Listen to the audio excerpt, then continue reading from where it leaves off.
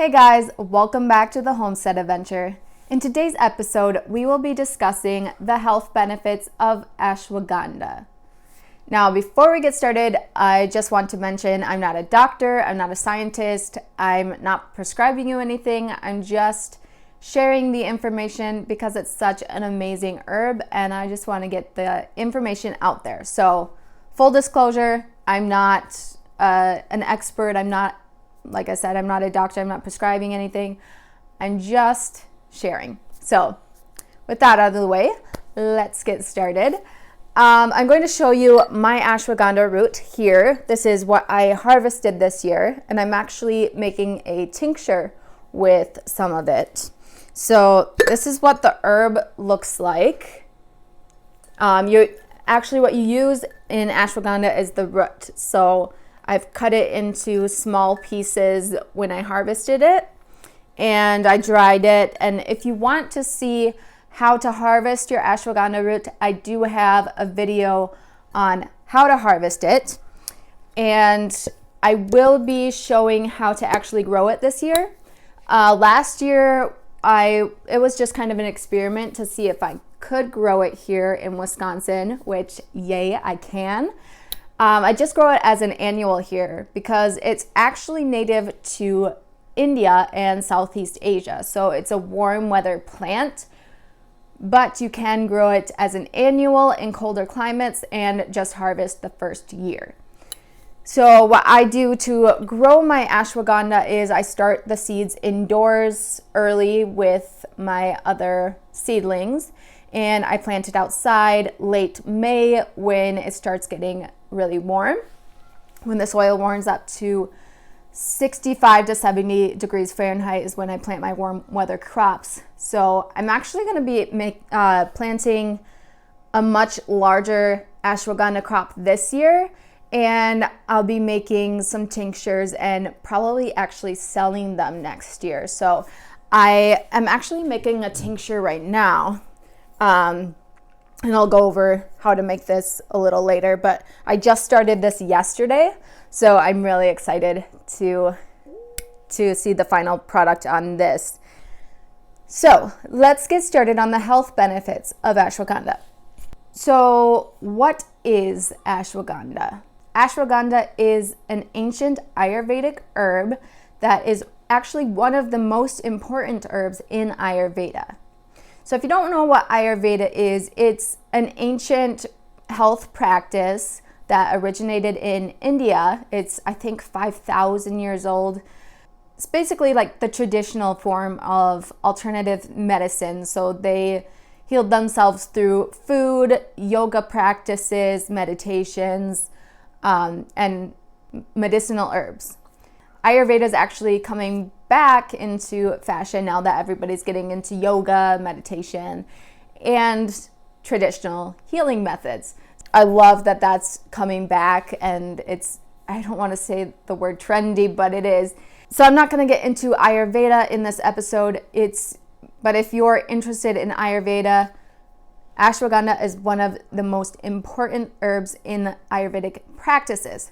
So ashwagandha is an adaptogenic herb, which means it helps your body deal with stress and anxiety. It helps regulate your cortisol levels. So ashwagandha has been used for thousands of years to increase energy, reduce stress, and help improve brain function. Those are like the three main things that ashwagandha is used for. It also helps improve your sleep quality as well. So with your increased energy when you're taking ashwagandha, it can also help with athletic performance. It can help with, your increased energy. It also helps increase muscle mass, muscle strength, and your oxygen intake. So if you have trouble getting yourself to the gym, or if you want to just improve your athletic performance, ashwagandha is really good for that. Also, like I said, with your improved sleep, if you have trouble sleeping, taking an ashwagandha tonic at night can really improve your sleep quality. there's no certain dosage that's not like one size fits all. So whichever way you're taking it, whether it's in a tincture, a tea, a powder, you're going to want to get to know your personal dosage. Ashwagandha is safe for most people to take, but I know that some herbs can affect some medications, so just talk to your doctor before you take anything. Pregnant women probably shouldn't take it, but it's safe for most people to take. So if you're just a regular healthy adult and you're not taking any sort of medications, you're not pregnant, you should have no problem taking ashwagandha. Like I said, people have been taking it for thousands of years. So with the improved brain function, the reducing stress and anxiety, regulating cortisol levels, it can also help with depression. But again, if you're taking any sort of medication, just make sure that you talk to your doctor before you take it. So with the increased brain function, it also helps increase your memory and your focus. So there's been studies showing that it actually helps you focus more, and it increases like short-term memory and stuff like that. So it also helps support your nervous system and your endocrine system. It's just such a magical herb. There's so much that it can help with, and it's no wonder people have been taking this for thousands of years, because they knew back when Ayurveda started that it was an adaptogenic herb. They knew that. They knew that it increased your energy, sleep, immunity, brain function, stress, anxiety. It's heart healthy. It actually helps with the cardiovascular system as well as the immune system and nervous system. So when you're taking ashwagandha, it's going to help you maintain a calm, stable mood. It also can boost testosterone and fertility in men and increase your libido as well. So if you're just looking for a way to get healthier overall, you just want to reduce stress and improve your overall health, ashwagandha is a great herb for that. And like I said before, there's no standard dosage for everybody. It's not going to be the same for everybody. Some people maybe shouldn't take it if they're on some certain medications, just like with any medicinal herb. So now that we've discussed the health benefits of ashwagandha, let's discuss different ways in which you can take it. So a lot of places will sell ashwagandha as a powder. Some places will sell it as a capsule, which is, your powder inside a capsule. You can get just the chopped root like I have here. You can grow it if you want to. Like I said, go and check out how to harvest it.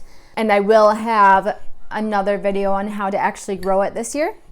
You can use it as a tincture as well, which is the root soaked in alcohol. It's basically the most potent form of herbal extracts or tinctures. And you can also make a tonic, or moon milk is what people call it. So a moon milk is your ashwagandha or ginseng or other adaptogenic herbs, and it's mixed with milk and either ghee or coconut oil, cardamom, cinnamon, stuff like that. And you basically drink it before bed. It helps improve your sleep. So I will have another video on how to make a moon milk or tonic. Like I said, you can make it into a tea. You can either use the chopped roots or powder to make a tea. I will have another video on how to make ashwagandha tea as well. Like I said before, there isn't like a specific dosage, but if you're buying like capsules, it should tell you how many you'll take. There's no real evidence on the long-term effects of ashwagandha. So you can probably take it every day, but not sure if you should take it every day for the rest of your life. Just kind of when you need it. But I don't think that it's one of those herbs that's just going to work right away. Most herbs don't. You usually take it throughout a certain period of time, and that's when you're going to notice the effects. So I don't think if you just take ashwagandha one day that all of these things are going to change.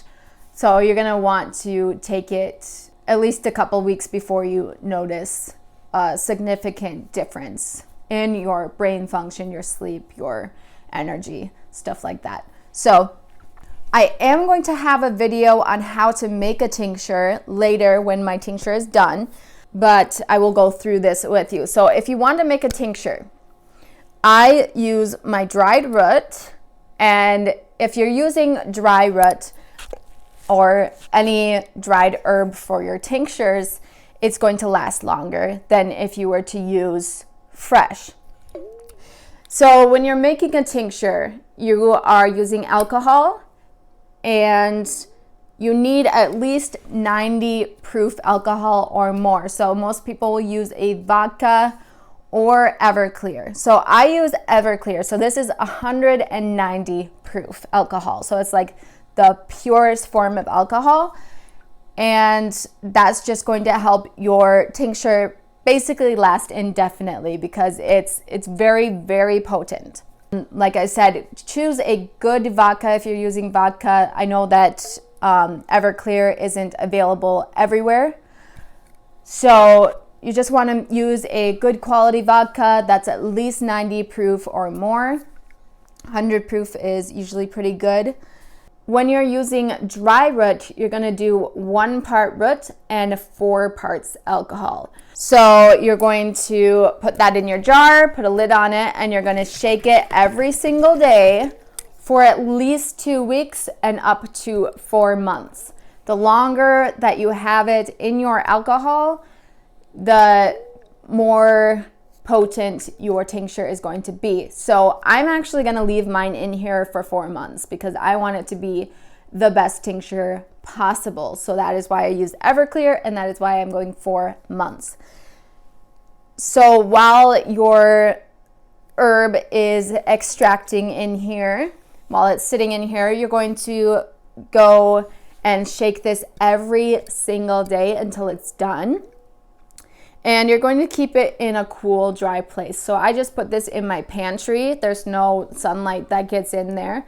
You don't want to put it in sunlight. That's going to ruin your tincture. So just keep it away from sunlight, shake it every day. And at the end of this, I'm going to strain it and put it in little amber dropper bottles. I'm not sure the dosage on taking your tincture. I know with other tinctures that I have, I take usually 20 to 30 drops a day.